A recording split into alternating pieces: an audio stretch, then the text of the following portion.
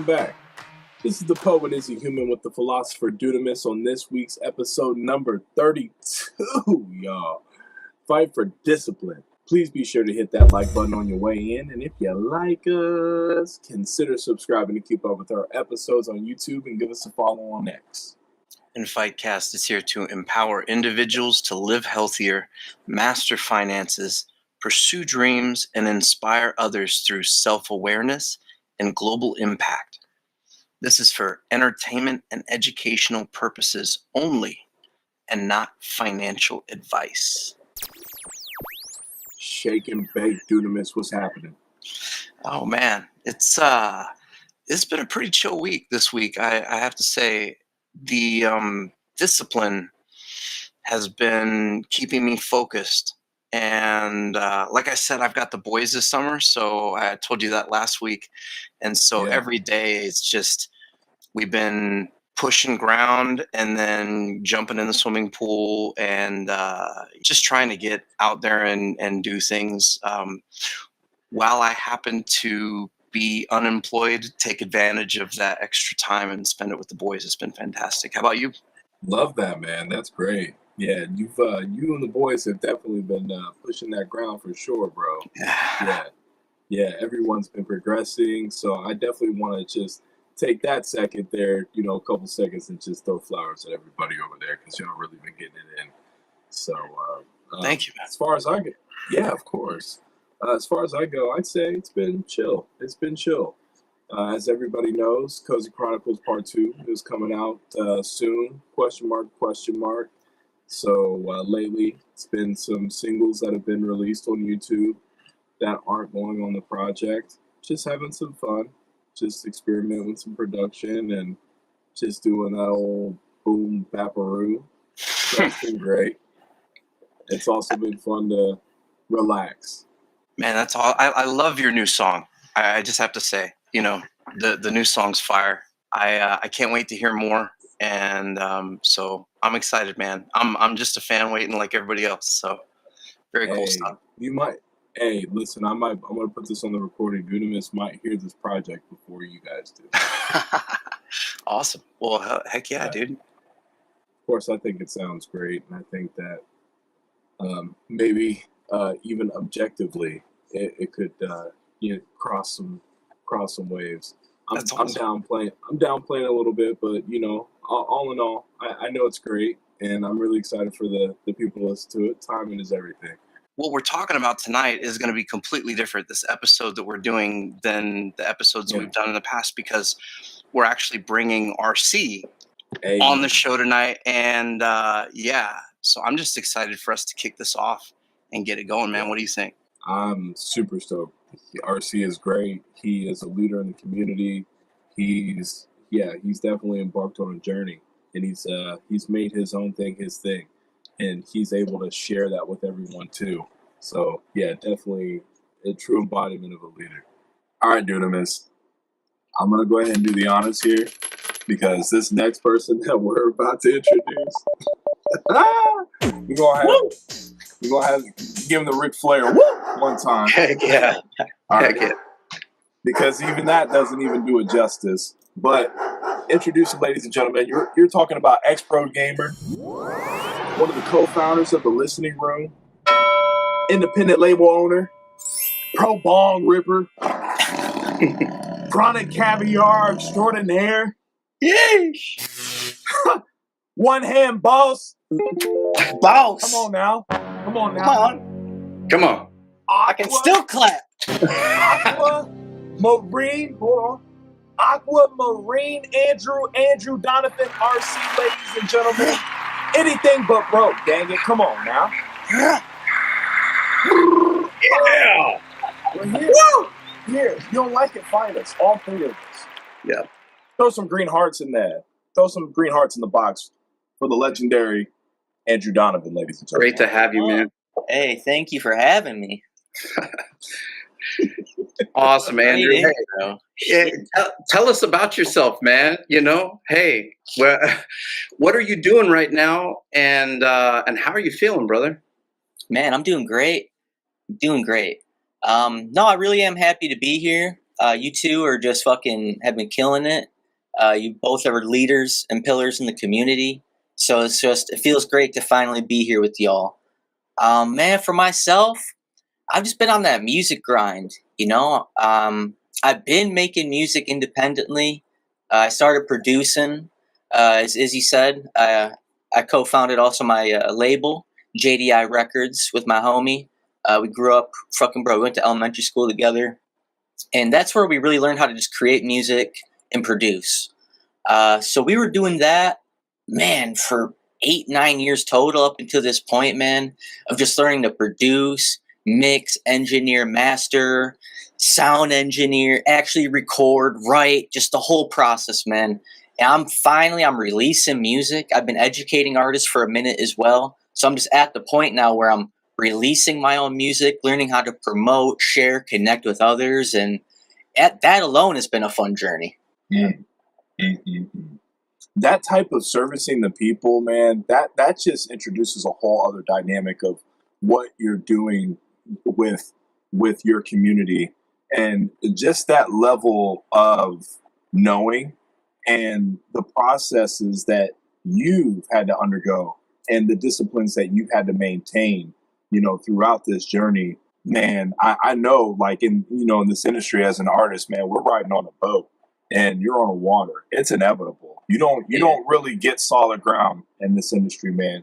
So as far as navigating that boat and your sails and your oars, just what's that navigation been like ultimately? And what's discipline? How have you defined discipline in everything that you've been building? Yeah, no, that's a really great question. So, I mean, I'll try to break it down because that's such a complex just situation and scenario where I will try to just break it down into simplistic pieces if I can. Absolutely, man. I know I came in loaded, but I also know who I'm talking to right now. We just don't ask simple questions. Those are too easy. Right, those are. So, man, discipline, right? Really, discipline is almost just forcing yourself to do an action, And some days it's easier than others because sometimes you have motivation attached, Motivation makes discipline easy, but it's the days where you don't have motivation or inspiration and you know that you still have to do something. That's where you have that decision to make. And ultimately, the things that make that decision easier to make come down to where your passions and your intentions are actually rooted into what you're trying to accomplish. So like with music, like I said, I've been producing, engineering the whole shebang for 8 to 9 years. And now I'm just releasing music. It wasn't like my whole thing is I'm going to buy a piano, I'm going to hit some keys, talk some ish, and fucking put it out. That wasn't the intention. That wasn't my goal. That wasn't even the reason why I wanted to do it, So the passion lied in just creation and exploration and being happy with actually producing a product that you enjoy. That's first. And then being able to share it out with other people and see them get the same enjoyment that you get out of it. That in itself is a reward, So where it comes to discipline, you also have to put in what rewards and what goals are going to help you get to the objective you're trying to accomplish. So, and this is great. This was a study from an Olympic cycling team, I believe out in Britain. Everyone's goal in the Olympics is to get a gold medal. So if the goal is what accomplished the task, everybody would win the gold medal because everyone wants it. That's everyone's goal, but not everyone can get it. So it's ultimately the decisions and tasks and steps along the way that gets you to that point. So at some point, especially at like the higher level of operations, everyone almost produces the same output. Like if you look at like NBA, for example, everyone that plays is a professional. Everyone around average does about the same. You have your outliers, you have your superstars, but that's what happens when talent meets discipline, right? Is you get your all-star. But when you're at the top of your game, you're literally just trying to shave off fractions of a percent because everyone is already the top 99.9%. So it's up to you to figure out how to shave off that 0.00001, then another 0.00001. And it's those extra steps and those extra bits of hard work that actually puts you out of the average league, because most people don't want to do that extra work or even know how to identify that work that needs to be done, right? So when you can kind of like combine all these passions, like with music, we'll bring it back to the music now. I had to learn how to produce, mix, engineer, collaborate with others, put their stuff out, help do it all for them, to then learn how to do it for myself. Mhm. And it's because the passion, once again, was in the creation, the exploration. And I know with that being the motivation, eventually you'll be able to get to wherever you need to get to. Mhm. Yeah, it sounds like you were swift on the boat. That's what it sounds like to me. Definitely. The idea of discipline being something that you sort of force yourself to do, it also, and keeping along with that basketball analogy, it sort of reminds me of the idea of practice. You know, we, Mhm. we sort of make that Allen Iverson joke every now and then, you know. Oh but yeah. Practice? Exactly. Practice? Talking about Playoffs? Come on, man. Practice makes perfect, though, man. So Mhm. Oh, absolutely. No, I think so. This is what I love looking at too, and I think this kind of eases up on the discipline as well. Is even on like my days off, I'll call them days off because I'm not like recording in the booth, for example. But and this also comes from Michael Jackson. Shout out Michael Jackson. I don't know if you believe, because I'll during this entire interview podcast, I'll be bouncing around between like specialties. Like I'll talk about like the professional sports, then back to music, because anything in mastery is comparable, even if they're not completely comparable, you know? Mhm. Oh yeah. But if you believe in like the muse, and what the muse is like when you're an artist, sometimes you get really brilliant ideas and they just kind of pop in your head. And this is for everybody. Like you could be an inventor and like the light bulb and it just flips in your head. It just flips like a switch. And everyone always asks, like, where did that idea come from? And they're like, I don't know. Like it just got given to me. I don't know from where, I don't know from how, but it came to me. And people actually identify that as an actual being and call it the muse. And especially when it comes to art or music, sometimes you could just be sitting there and something will just pop in your head. But the Mhm. most important thing is being available for the muse to come pop it in your head. And that's part. actually what happened with Michael Jackson. Michael Jackson was about to go out on stage one time during a performance. And they were telling him, you got to go out, you got to go out. And he said, no, not right now. I just got this idea. I need to write it down. Because if I don't get it, Prince will get it. And it's kind of like a joke of like, Yeah. if you don't appease the muse and you don't carry out its work, it will find somebody else that will appease it and will carry out its work for him. that's so amazing. Go ahead. That's Yeah. so dope. It's so dope. So even on like my days off, I'll still just freestyle. I'll still just write stuff because random stuff will come to you and you never really know how good it'll be or how bad it'll be. But that's not even the point. The point's just being on standby. And that's where, once again, where passion meets discipline is this is no longer work. I'm just throwing on a beat, I'm having fun, and I'm just seeing what happens. And a lot of the times magic happens. But if you're just sitting on the sideline, almost waiting for it to come like knock on your door, it'll never come knocking because you're never watching what goes by. Yeah, absolutely, man. You have to be the one that you have to have audacious in your vocabulary. You have to practice that. You know, Yeah. there has to be some audacity to, the things that you do, and not even in a negative connotation, but to be able to explore, to be able to experience. You're also, creating moments, and those moments are obviously, it sounds, words, it's senses, and all of that, and just being in that moment and being able to absorb all of that in an alignment. Oh my gosh, it's the most beautiful thing.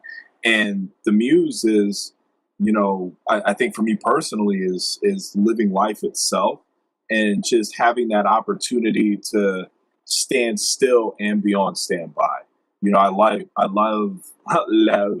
I love being quiet. That's one of my things, and I love listening to the birds, and I love feeling wind. Like I love being able to exercise those senses, especially with meditating and having your eyes closed. Everything else opens. So like Yeah. I'm like so deep into that thought of like being present, like with Michael Jackson. If if I don't write this down, Prince is gonna get it. And I know, and I'm sure you could resonate with this too. I'm sure plenty of times we've had these thoughts, things that we've talked about, even in maybe some of our prior chats, where we've thought about something, and then all of a sudden next week, some artist pops out of nowhere and just like, dude, that's exactly like, I'll give you guys a classic example and then I'll shut up. This one I will never forget in my life. I've been skateboarding for a really long time. And then all of a sudden, Lil Wayne makes it popular. I'm Yeah. I'm not gonna lie to you guys. I was a little upset. Because when I was skateboarding, I was listening to Army Guns. I was listening to like Father Like Son. Lil Wayne wasn't skating back then. Right. Right. But shout out to No, Wayne it's for true. making it popular for real, because True. somebody with a platform like that, and to be able to give recognition, to that community, I always thought it was dope because like they're dope. Extreme sports are dope. No, that is dope. And also, I mean, that's like the muse, right? I really do believe a lot of us, and this, I won't try to go too deep into this because these are just my own beliefs and thoughts that I've had myself. Because, like you said, Izzy, I do a lot of meditation as well. Like you said, like when your eyes are closed is when your mind opens. It's crazy. Like we just don't actually have the ability to process all of these senses at the same time. It's just very overwhelming. And it's almost like there are studies where like if somebody loses their sight, their hearing gets better, for example. There are things like that. But no, you're absolutely right. I think a lot of us are connected. And when I was very young, I remember my brother, I have an older brother. He was just being an older brother, you know what I'm saying? Just straight up. And I looked at him and I said, "You're an ignoramus." And he said, "I'm a what?" I said, "You're an ignorant asshole." Like, I'm young as fuck, right? Like, young. Yeah. Bro, a few weeks later, we hear an Eminem track for the first time. Because that's when, like, Eminem's popping, like, I'm Slim Shady, all of that. Especially Yeah. around here in Michigan, around Detroit. And he even said in one of his raps, ignoramus. Yep. And we ran it back. And he said, "Did you hear this before you called me this?" And I said, "Absolutely not, bro. Like, what the fuck?" And it's just so weird. There's these parallels and these connections. And even recently, like, not to go like too deep into this, but like Logic and Juicy J just dropped an album together, which was fucking dope. It was Logic's first actual produced album, and he produced it for Juicy J, which was sick. And it was like a live interview too. Like he's interviewed him throughout the shit. It was cool. But one of the tracks, I'll have to go double check myself because now I'm kind of like questioning myself. But I'm pretty sure in one of because Logic didn't rap on all the tracks. It was mainly Juicy J, and he did a little bit of features. But he rhymed like Elway, 80s, and Mercedes, all kind of in like the same type of verse. Okay. Which was crazy because a few months ago, I dropped the same type of shit on Dumb with Cavelli. Like, I hit to play like Elway in the 80s, riding around in souped up Accords and acting like the Mercedes. Hey. And it's just so crazy how it's like, damn, at some point we were tapped into the same thing, having the same thoughts and working around the same Rubik's Cube. It's crazy that the muse is a different way of thinking about it than what I'm used to, but it's the exact. I've heard the term the zeitgeist, the idea that you put this idea out there and then there's this fabric of consciousness that is just sort of connecting everyone. And when the idea goes out into the zeitgeist, if you receive an idea, that idea that you have to execute on it before somebody else, because that idea is out there now, So, man, that's very cool, man. What else keeps you motivated or might help with motivation when you're sort of struggling there? Right. Okay. So yeah, no, you totally just brought me back because I'm kind of going all over the place. I'm just really excited to talk about this topic. To bring it a little bit back to what we're talking about before with the Olympic team, And this is even what Izzy was saying. It all ties together. So the Olympic team wanted the gold, but how do you achieve the gold? It's the actual small, minute changes you make along the way. We're talking about shaving off those fractions of a percent. So with the actual cycling team, they all got new beds, you know what I'm saying, to sleep better at night. They all got like nutritionists to like eat better. They got like a fitness routine to just, and they all like privatized their actual nutrition towards the individual. It wasn't just like a blanket thing.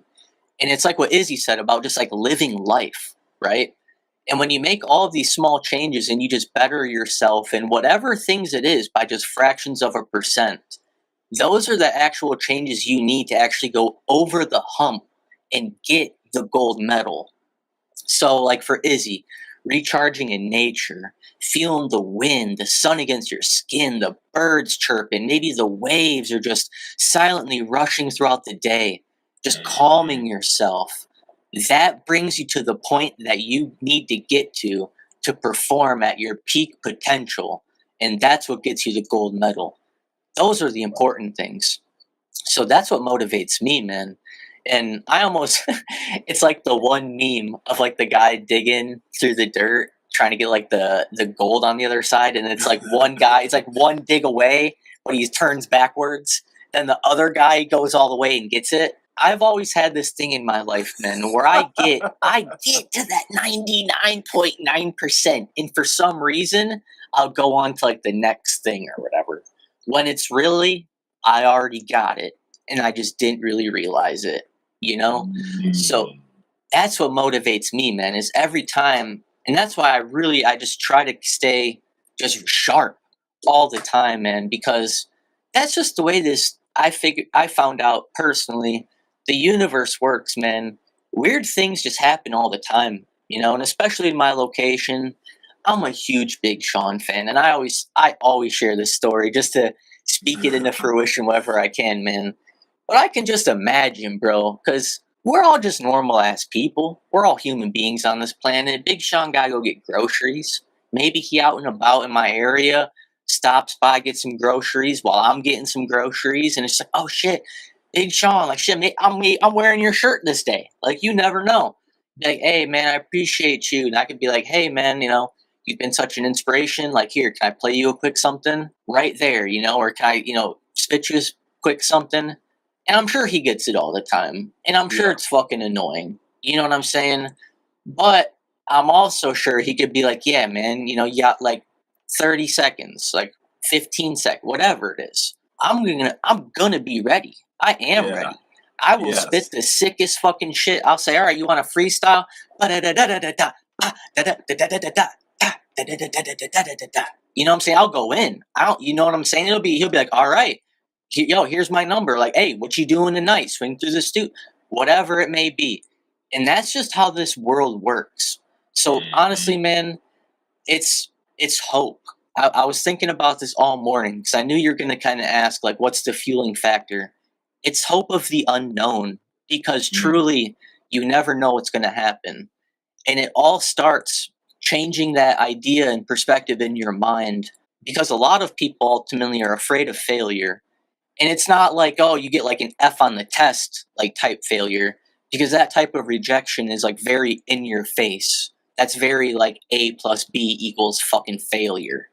But,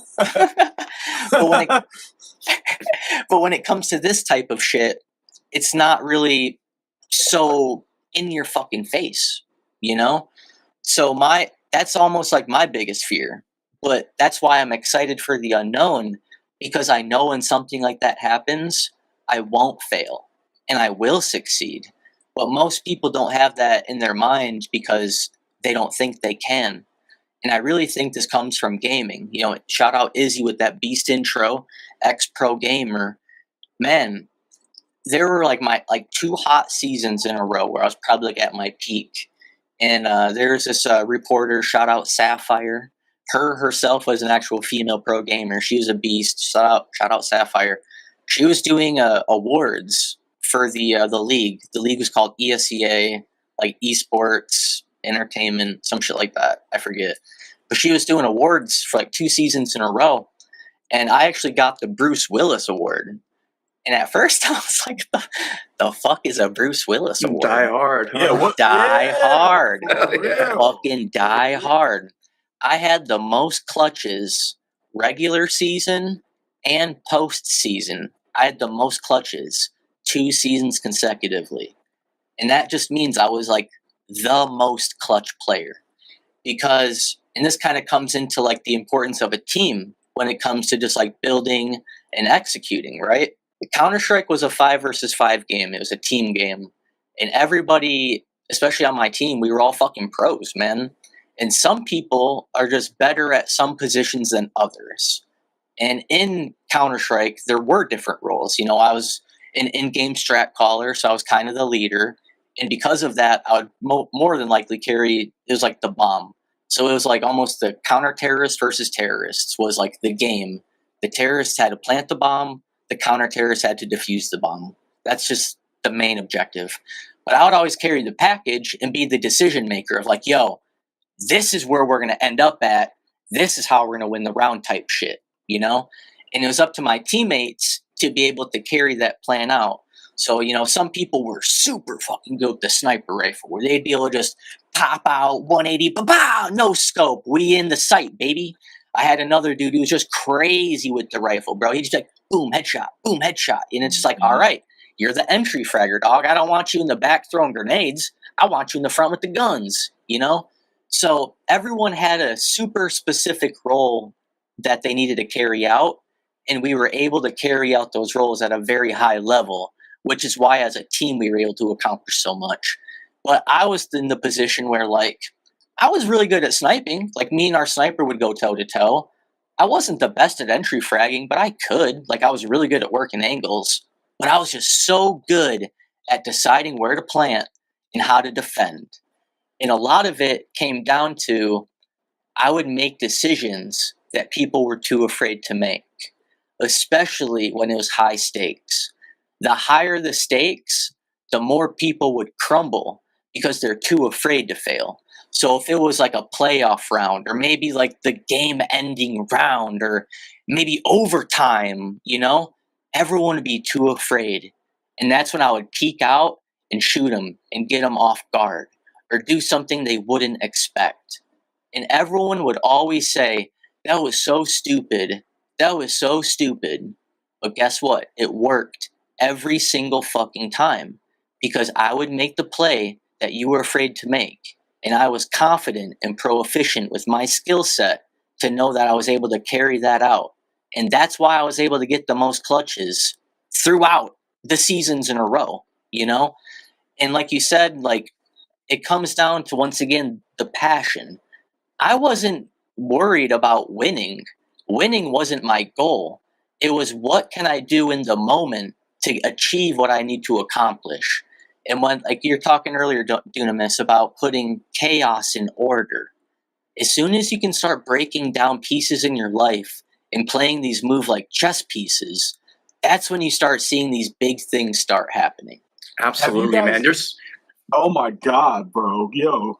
You want to go do the mess? I do, just because there's so much that you've said. Right. Go. You go. So much man. that you said in there, and I just want to say that, like, one of the big things that sort of strikes me about what you're describing is that you understand your gifts, and so many people out there that don't understand their gifts are kicking against the goads. You know what I'm saying? They're working really hard, trying and struggling in life because they don't have that passion. They haven't found that thing that just sort of comes naturally, that comes easy. That's the God-gifted talent that God has given you. And so when you know that, when you see it, and you can put people in those roles that you're talking about, because this guy is really good at that sniper and this other person is really good at this other thing, when people do understand their roles, they understand that, yes, I might not be as good at making all the decisions that you make, but I am a better sniper than you. And I can really, really lean into that gift. You know, that's when diversity becomes a beautiful landscape, and we have teams that accomplish great things because everybody is doing what they were here, their purpose. And it goes, this kind of all goes back to the sovereignty episode and the purpose episode and all of the things that we've talked about with the masculine energy and the feminine energy, and how important it is sometimes just to not allow distractions. There's so many times us men, we get distracted by beautiful feminine things in this world, for better or worse.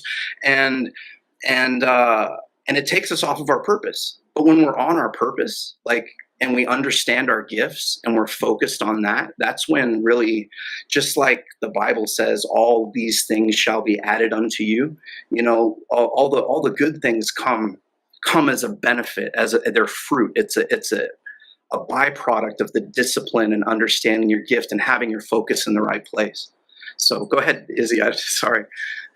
Man, listen, if you guys are really listening right now, you would know that Mr. Donovan dropped about $1 billion worth of game for you.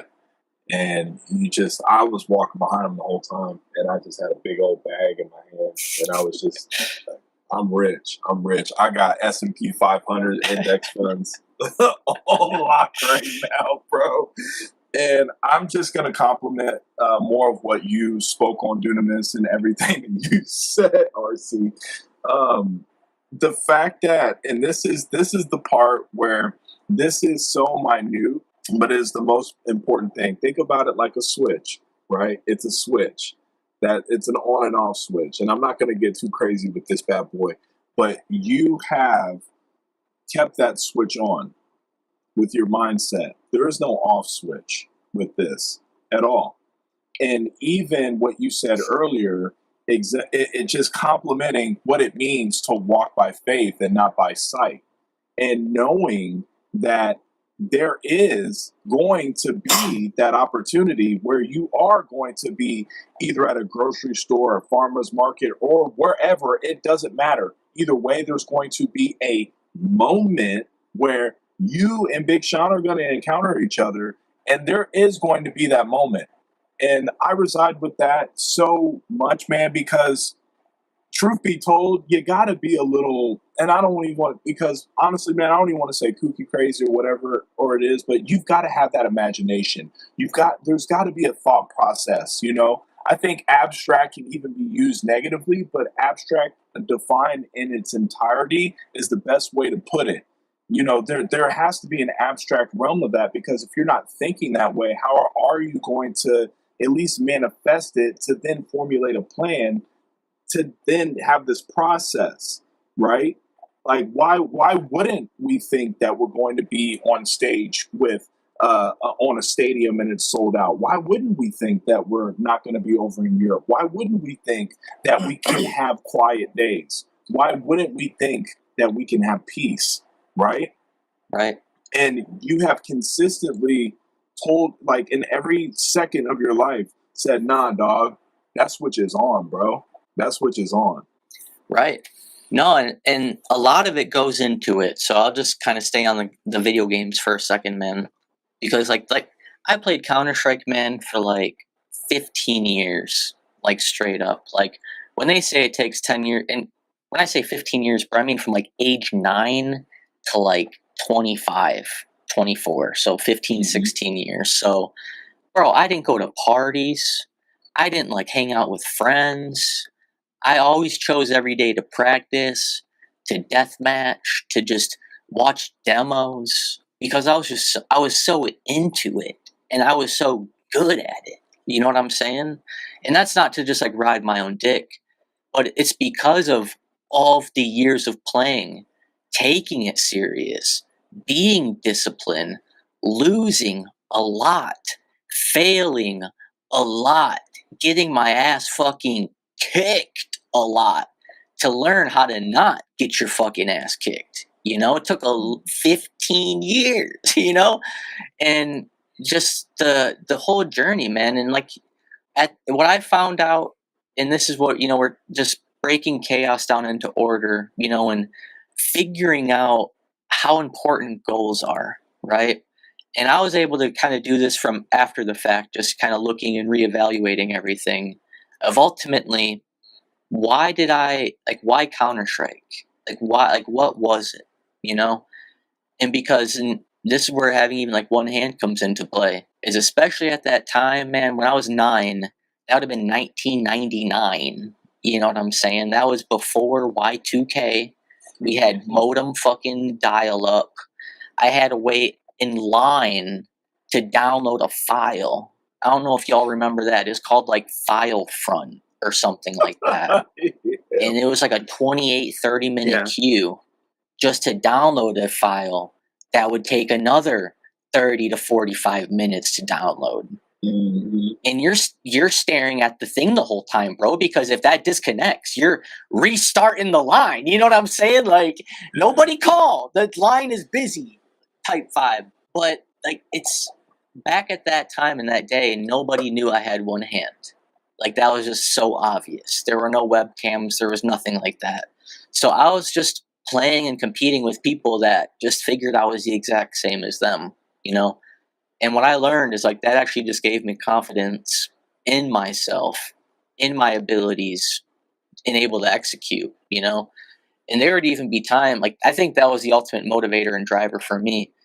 Because, man, there were times where I would go compete at local tournaments. I was traveling, I was doing that type of stuff. And there were people advertising, like, hey, you know, looking for people to play on, looking for an extra person to play at this tournament, you know? And I'd be like, yo, what's up? You know, I'm going to this tournament. You know, do you need an extra person? This dude straight up said, like, hey, are you that kid with one hand?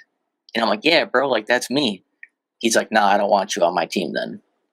Straight up. You know, this isn't like made up. This is straight the fuck up. And I said, like, are you serious, bro? Like, I'm like, you know, I'm going to be there, right? And like, you're saying this to me.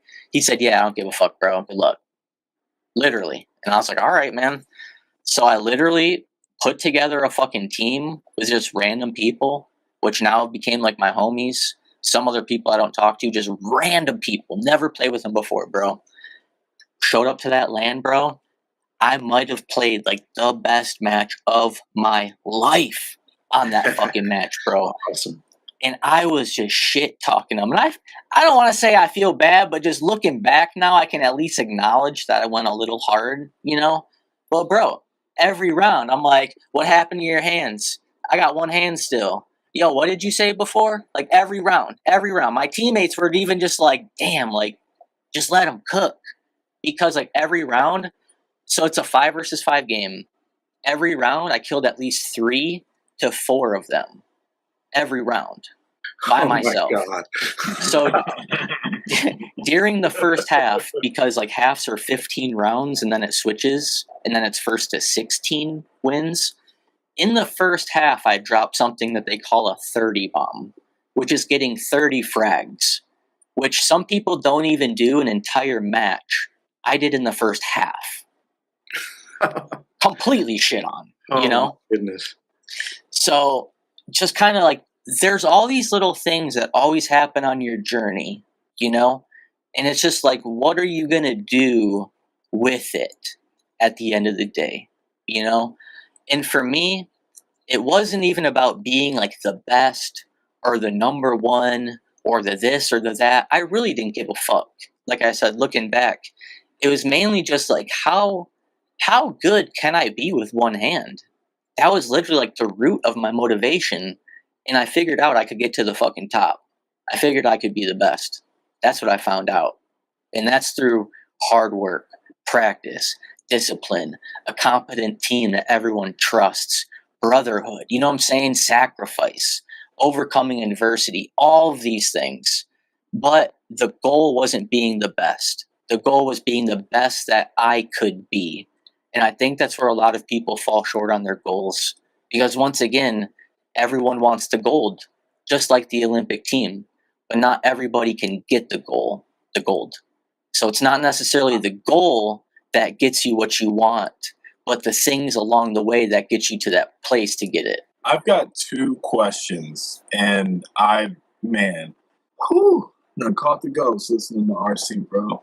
So, do you feel like because you had at an early age, you started this at an early age, where I feel like later in life or somewhere more along down the road where, people would look at, their, the hand, for example. And it's like, even to me, like, I didn't know for a really long time, but now, like, I've even expressed this to Dunamis about things being our superpowers, right? That's how I define it, like these things that are our superpowers. But because you had that mentality at such an early age, as you got older, you did nothing more but mold into that and really solidify that infrastructure that was already established for you. Whereas I feel like other people don't necessarily get to experience that until a later age, and then that habit becomes a little bit harder to break. So when you're younger, you are still in that sponge stage where you're absorbing that and you're like, dude, I don't care what you think. So like when you're 25 at that point, you're it like, dude, every hand joke you could have ever possibly given to me over the course of 15 years is played out, dog. Like it's all played out. I've already proved this point, not to you, but to me, dog. Like there's nothing there's nothing you can say to me. So Exactly. how that molds. And then on top of that too, because I want to get back to the switch that stays on. And we spoke about this a little bit earlier, and I don't think alluding was the word. Like I think you very much simplified that in its simplest terms. But just with that switch staying on and you moving the way that you move, because there are always going to be people that aren't having the same experience as you. So your experience in the sense of what you have to do, your focus and what you have lined up, and the attitude that you have to have in order for those things to happen. Other people look at that as your ego coming out, right? Now, again, I'm saying other people, you don't see it like that. But just in the sense of that balance being of you internally, and like, that switch is on. And, just personally, like, I feel like it's either one of those things like when we're in these spaces and we're having conversations with one another, like, where you're at, right? But then, you step out into Kroger and you don't really know what you're going to get. It's a box of chocolates, really, at that point. It's a box of chocolates with us, but at least it's made by the same freaking brand. This is Marie's, and this might be a Godiva over here. You don't know the flavors over here. But just in that space of that balance beam of like how you walk between your journey and your pride and your ego, what's that balance beam look like for you? No, great question, man. Great question. So, especially said, like, definitely during the development years, shout out my parents, especially my dad. He definitely, I don't want to say he was like hard on me, but I definitely didn't get any special treatment. You know what I'm saying? For good or for bad. And then going into fucking school, man, public school can be fucking rough. I remember, bro, this, like you said, developmental years, this was in first grade. This memory sticks with me. Few memories. There was an art project we were doing in first grade, and it was Thanksgiving, and everyone was doing hand turkeys.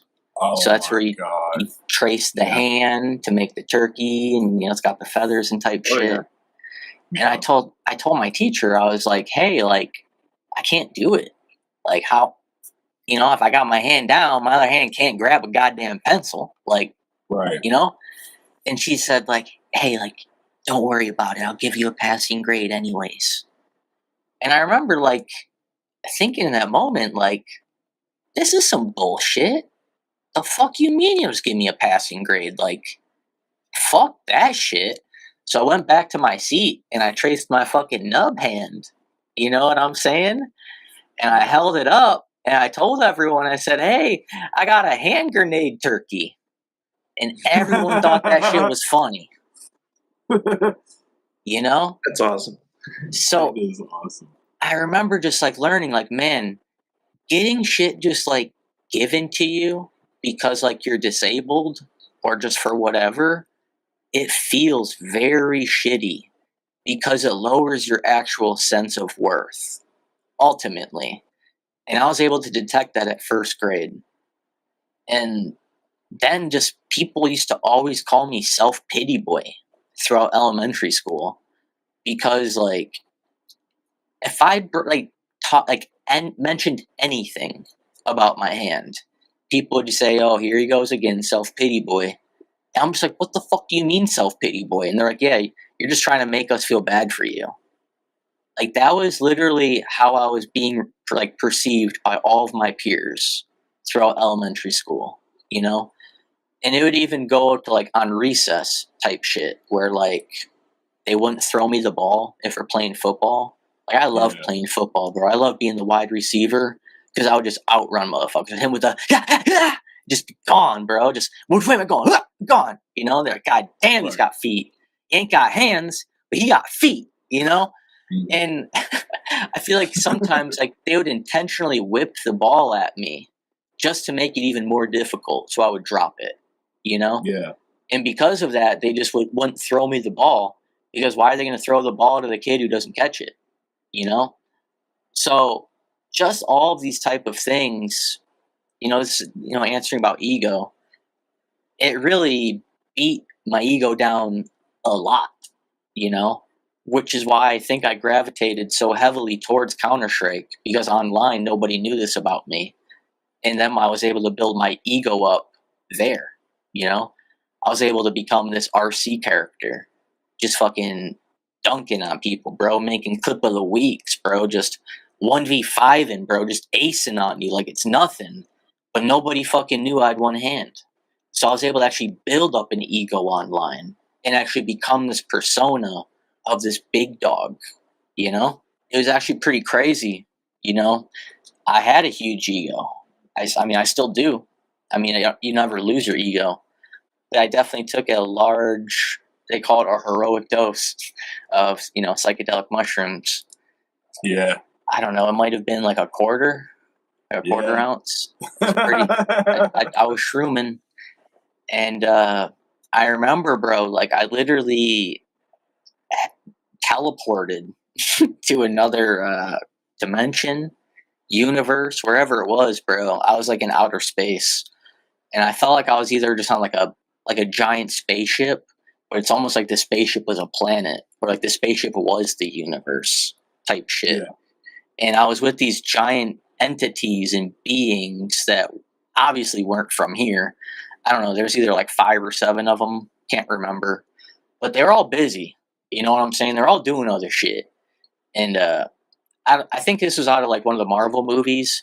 But there's a scene in the Marvel movies where they were like in outer space and there was a bridge and they were surrounded by gears and clocks, right? It almost looked like that, which was crazy. And one of them said like, "Hey, look, he's here," or "One of them's here," something like that. And one of them's like, "Should we give him some time?" And they're like, "Fuck it, let's do it," you know. And they turned around and they were like, "What do you want?" You know. And like, I was like, "Y'all motherfuckers don't know shit," like straight up. And they're just like, "Huh?" So I'm like, "I'm gonna ask you some questions if you think you're so smart." And I started asking them some questions, and they were responding very fast, instant type fast, you know. And I was just making shit up, bro. Like I was like, "What's 692,555 times 333? You know, divided by 6 times just square root of 2?" And they're like, "Bro, that's 1.9242." I'm like I knew the answer type shit. Like I don't fucking even know what I'm asking them. So it got to a point where I even thought to myself, like, "Damn, these guys are pretty good. You know, what should I ask them next?" And they answered the question in my head before I could even come up with the question to ask them next. And it's a weird concept of getting an answer to a question before you could even think of the question to ask, right? And it was at that moment I knew they got me, you know? And they pretty much just explained to me that I don't know shit. I'm going to be all right, but I don't know shit. I don't have anything figured out, but I got it all figured out at the same time. Like, it's going to be all right, but you also don't know shit. Like, that's like the resonating message I got. Yeah, for sure. So when Is I that your came, subconscious? Your subconscious, you think? I don't know. We're Man. all just making it up as we go, though. That's it's funny that Mike Shinoda song keeps kind of coming back on around on my thing, Dude, and it's like, oh my God, dude, you guys, it's like I feel like they see us. They've seen us from afar. You know, they're waiting on us. It's like they have surveillance on us, and who they are, ladies and gentlemen, is not for us to decide. But I just feel like that higher being out there is already like they see how this goes. You know what I mean? It's kind of like Hunger Games in that space where, okay, let's put a little rain here, let's put some fire here. You know, like they've already seen this play out 1,000 times in many lives in many different times and eras, and they see like it's a rat race essentially, where like who's gonna get there. You know, Alexander the Great was close. You know, Martin Luther King was close. Malcolm was close. You know, Kennedy was close. You know, RC's getting there. Izzy's getting there. Dunamis is getting there. Like, you know, so I don't know where our audience is. I can tell you that this is something that I'm trying to, at age 46, incorporate more discipline and these ideas into my life. And you know, some people catch this stuff when they're teenagers. Some people catch this stuff when they're 18 or 20, and some don't catch it until they're in their 40s, like myself. But it's super powerful, man. And I really think that this is going to be a hopefully a big turning point for a lot of people that that listen to this, because you know we really need the discipline. Absolutely. Can I drop one last closing thought on that subject? Go for it, man. All right, so this was pretty recent. I would say within the last year. That was the only time I've ever done psychedelics. I haven't had a reason to do them again, but I may partake in cannabis. You know, that cannabis caviar. Heck yeah. No, but this was from Einstein. Albert Einstein used to put himself in these kind of psychedelic states, he would call it, where he would smoke on his pipe. I don't know what he was smoking, but he'd smoke on his pipe and be sitting in his like chair or rocking chair, and he'd be holding like a weight or something kind of dangling like a bell, and it'd be where he was on the verge of falling asleep. That bell or that object would drop, and it would make a noise, or the noise falling would snap him back out of his sleep state. And it's in that moment where you're about to fall asleep, where you're almost half in, half out. You know what I'm saying? That's what he would aim to get in. And what he would do is he would actually prepare himself with a question, something that he didn't have an answer to. You know, we're talking about maybe it's a mathematical equation for whatever the fuck. And that would be on his mind the entire time while he's drifting into the sleep state. And the story has it that by the time he woke up from the bell dropping or the weight hitting, he would actually jolt back with the answer he was looking for, he was thinking about. So he was preparing himself with the question to receive the answer. Right? And I actually did something like that similarly within this last year. Like I said, I just dropped some music recently, and I was just really questioning, like, what do I do? So what do I ultimately do with this? And, you know, currently I'm working night shift, so I'm already kind of in that hazy state. I was taking a quick little nap before work, and I was half in, half out, sleeping. And my main question was, what do I do with this? What? And I kind of drifted away, and I had a fully vivid memory of like kind of floating up. I could see my body. I floated up. I went through the clouds, and you could almost see like this pearly gate type shit. You know what I'm saying? That people talk about. Some angel type beings around. And at the corner of my eye, I could see this golden globe type vibe, but it had giant golden rods shooting off of it, almost like in all directions, all around, just boom, boom, boom, boom. And it was almost like in the psychedelic state I was in, with getting answers to my question. They're my thoughts. And I remember getting the answer of, oh, that's like ideas getting sent to you. That's like where consciousness connects at, if you believe in a global consciousness, right? And I was like, holy fuck. And then like my attention got diverted to these angels, and they told me, they're like, the answer to your question, what do I do with this music, They said, give it your effort, your heart, and your soul, and we'll take care of the rest. And I descended back through the clouds. I could see my body. I went back into my body, and I woke up. And I just kind of use that now as just motivation for just everything, man, of how I'm just looking at everything forward. Is like, at the end of the day, man, with whatever I'm doing, and this is for everyone out there, and that's why I wanted to be that closing thought for everyone.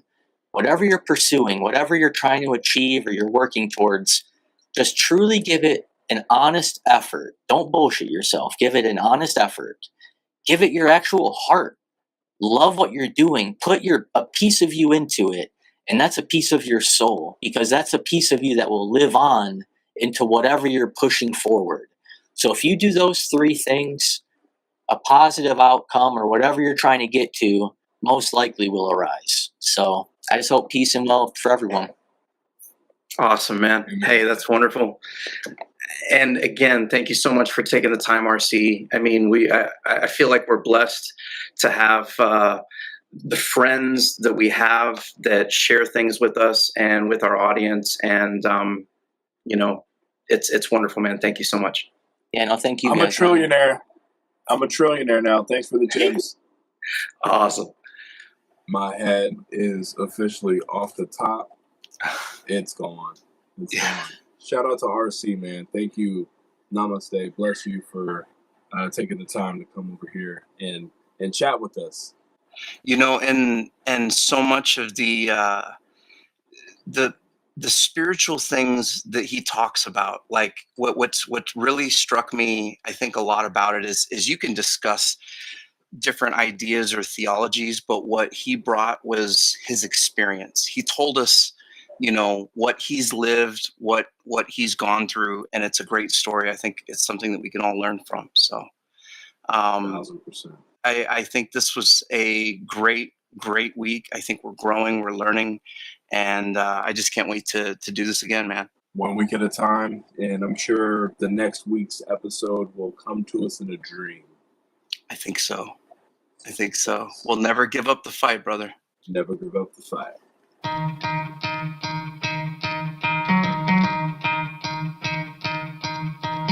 You could try to play, but you're never gonna beat me. Look the other way, what I'm doing ain't easy. Bloody hands stained from the people who deceive me. Muddy hands break through the chains, go free me. Looking for change, looking for pain. Pulling a mob, pushing a train. I'll never stop, stick to a lane. Pick up the pieces and go rearrange. I'll be the best above all the rest, put me to the test. Expect nothing less, your check as I'm chess. What's happening next? He got the venom, a tangible weapon, no coming in second. This life is a lesson. He got a new engine from pain, it's a blessing. New focus, no guessing, just bold and obsession. All in his possession, you got their attention. I'll leave an impression and take a redemption. Just kill, no discretion. Your mind is a weapon. 11-11, it's time for progression. You could try to play, but you're never gonna beat me. Look the other way, what I'm doing ain't easy. Bloody hands stained from the people who deceive me. Muddy hands break through the chains, go free me. People like sheep move feet, hurt it easy. You don't wanna be fast asleep when they scheming. Better stand tall, ready for a fight, believe me. When they drag the chains, you can say no, free me. So he's been looking for somebody who could save him, instead of searching inside for what they gave him. A strong will, strong mind causes mayhem. We could change the world, change times, rearrange them. Staying on pace, running the race. Life is a chase, I don't want a place. I wanna be first, work till it hurts. Dehydrated thirst till I'm in a hearse.